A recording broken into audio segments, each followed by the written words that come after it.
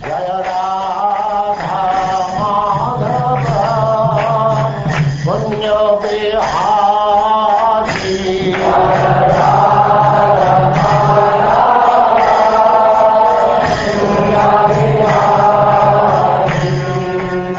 And now chapter 24, the renunciation of Kardama Muni.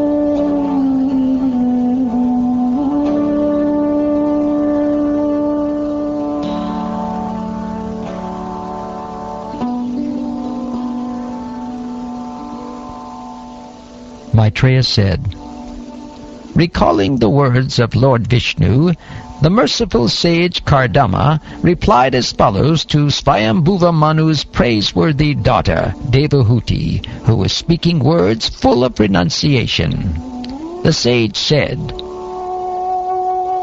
do not be disappointed with yourself, O princess.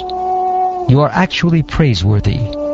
The infallible Supreme Personality of Godhead will shortly enter your womb as your son. You have undertaken sacred vows.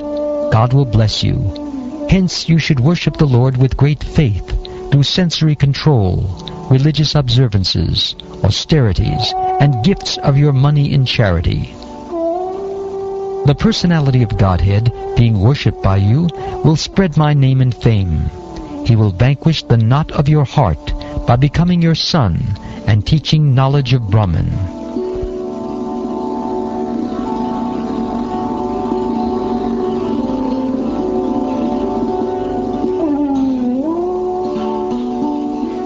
Sri Maitreya said, Devahuti was fully faithful and respectful toward the direction of her husband Kardama, who is one of the Prajapatis or generators of human beings in the universe.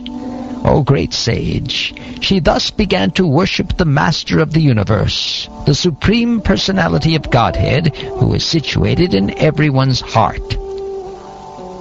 After many, many years, the Supreme Personality of Godhead, Madhusudana, the killer of the demon Madhu, having entered the semen of Kardama, appeared in Devahuti just as fire comes from wood in a sacrifice. At the time of his descent on earth, demigods in the form of raining clouds sounded musical instruments in the sky. The celestial musicians, the Gandharvas, sang the glories of the Lord, while celestial dancing girls, known as Apsaras, danced in joyful ecstasy. At the time of the Lord's appearance, the demigods, flying freely in the sky, showered flowers. All the directions, all the waters, and everyone's mind became very satisfied. Brahma, the firstborn living being, went along with Marichi and other sages to the place of Kardama's hermitage, which was surrounded by the river Sarasvati.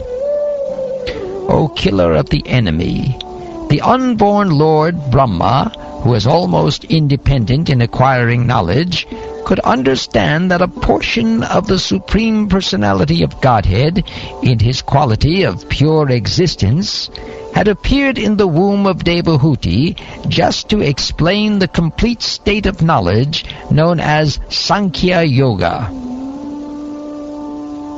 After worshipping the Supreme Lord with gladdened senses and a pure heart for his intended activities as an incarnation, Brahma spoke as follows to Kardama and Devahuti.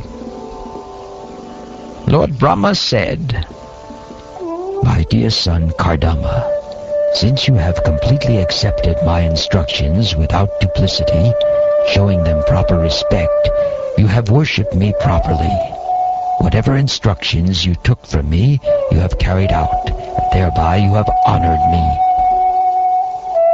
Sons ought to render service to their father exactly to this extent. One should obey the command of his father or spiritual master with due deference, saying, "Yes, sir."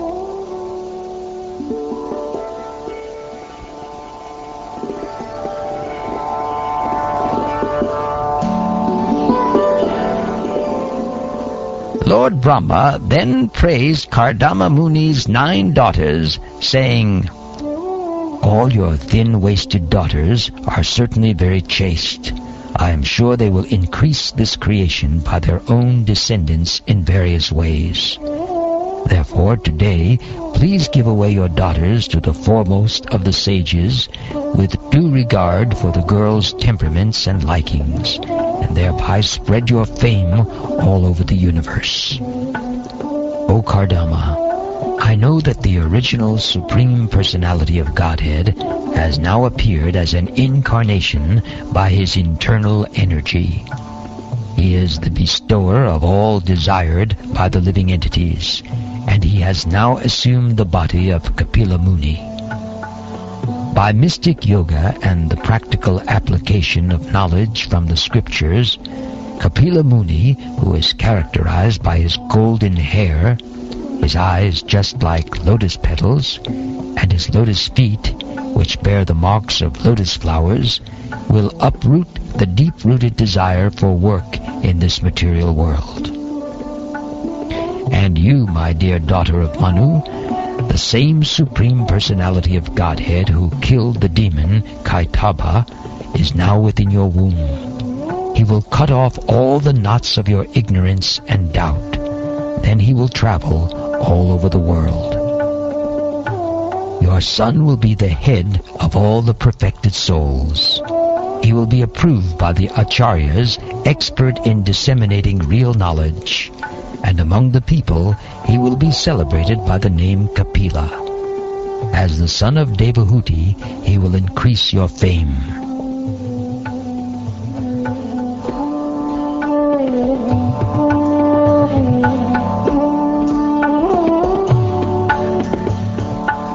After thus speaking to Kardama Muni and his wife Devahuti, Lord Brahma, the creator of the universe, who is also known as Hamsa, went back to the highest of the 3 planetary systems on his own swan carrier, with the 4 Kumaras and Narad. O Vidura, after the departure of Brahma, Kardama Muni, having been ordered by Brahma, handed over his 9 daughters, as instructed, to the 9 great sages who created the population of the world. Kardama Muni handed over his daughter Kala to Marichi and another daughter, Anasuya, to Atri. He delivered Shraddha to Angira and Havirbu to Palastya. He delivered Gati to Pulaha and chaste Kriya to Kratu, Kayati to Brigu, and Arundhati to Vasishta. He delivered Shanti to Atharva. Because of Shanti, sacrificial ceremonies are well performed. Thus he got the foremost Brahmins married, and he maintained them along with their wives.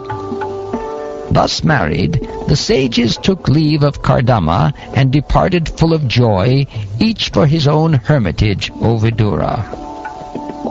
When Kardama Muni understood that the Supreme Personality of Godhead, the chief of all the demigods, Vishnu, had descended, Kardama approached him in a secluded place, offered obeisances, and spoke as follows.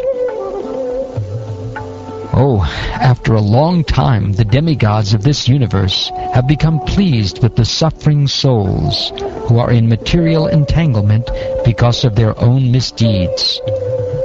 After many births, mature yogis, by complete trance in yoga, endeavor in secluded places to see the lotus feet of the Supreme Personality of Godhead. Not considering the negligence of ordinary householders like us, that very same Supreme Personality of Godhead appears in our homes just to support his devotees. You, my dear Lord, who are always increasing the honor of your devotees, have descended in my home, just to fulfill your word and disseminate the process of real knowledge. My dear Lord, although you have no material form, you have your own innumerable forms.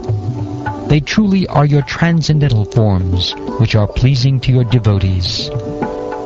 My dear Lord, your lotus feet are the reservoir that always deserves to receive worshipful homage from all great sages eager to understand the absolute truth. You are full in opulence, renunciation, transcendental fame, knowledge, strength, and beauty, and therefore I surrender myself unto your lotus feet. I surrender unto the Supreme Personality of Godhead, descended in the form of Kapila, who is independently powerful and transcendental, who is the Supreme Person, and the Lord of the sum total of matter and the element of time, who is the fully cognizant maintainer of all the universes under the three modes of material nature, and who absorbs the material manifestations after their dissolution. Today I have something to ask from you, who are the Lord of all living entities. Since I have now been liberated by you from my debts to my Father, and since all my desires are fulfilled, I wish to accept the order of an itinerant mendicant. Renouncing this family life, I wish to wander about, free from lamentation, thinking always of you in my heart. The Personality of Godhead Kapila said, "Whatever I speak, whether directly or in the scriptures, is authoritative in all respects for the people of the world. O Muni, because I told you before that I would become your son, I have descended to fulfill this truth. My appearance in this world is especially to explain the philosophy of Sankhya, which is highly esteemed for self-realization by those desiring freedom from the entanglement of unnecessary material desires. This path of self-realization, which is difficult to understand, has now been lost in the course of time. Please know that I have assumed this body of Kapila to introduce and explain this philosophy to human society again. Now being sanctioned by me, go as you desire, surrendering all your activities to me. Conquering insurmountable death, worship me for eternal life. In your own heart, through your intellect, you will always see me, the supreme self-effulgent soul, dwelling within the hearts of all living entities. Thus you will achieve the state of eternal life, free from all lamentation and fear. I shall also describe this sublime knowledge, which is the door to spiritual life, to my mother, so that she also can attain perfection and self-realization, ending all reactions to fruitive activities. Thus she also will be freed from all material fear.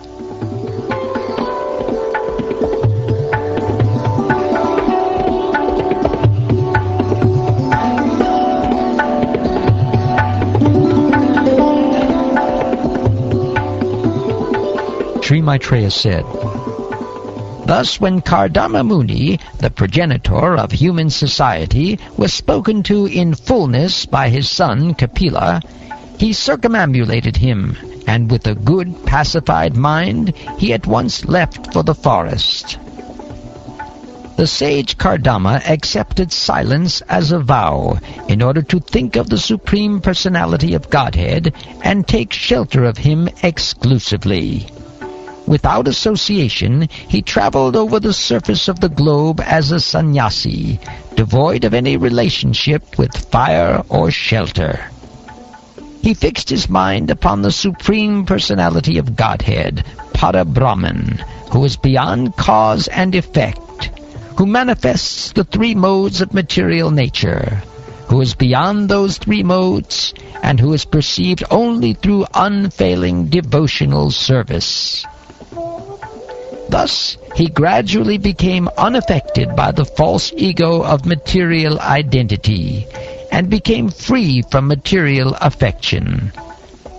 Undisturbed, equal to everyone, and without duality, he could indeed see himself also. His mind was turned inward, and was perfectly calm, like an ocean unagitated by waves. He thus became liberated from conditioned life, and became self-situated in transcendental devotional service to the personality of Godhead, Vasudeva, the omniscient supersoul within everyone. He began to see that the Supreme Personality of Godhead is seated in everyone's heart, and that everyone is existing on him, because he is the supersoul of everyone.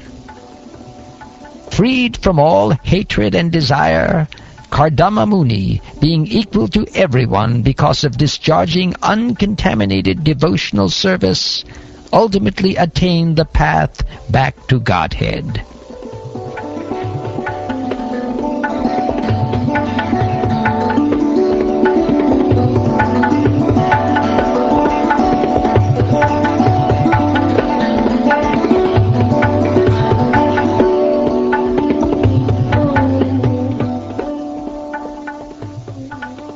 Thus ends the 24th chapter of the 3rd canto of the Srimad Bhagavatam, entitled The Renunciation of Kardama Muni.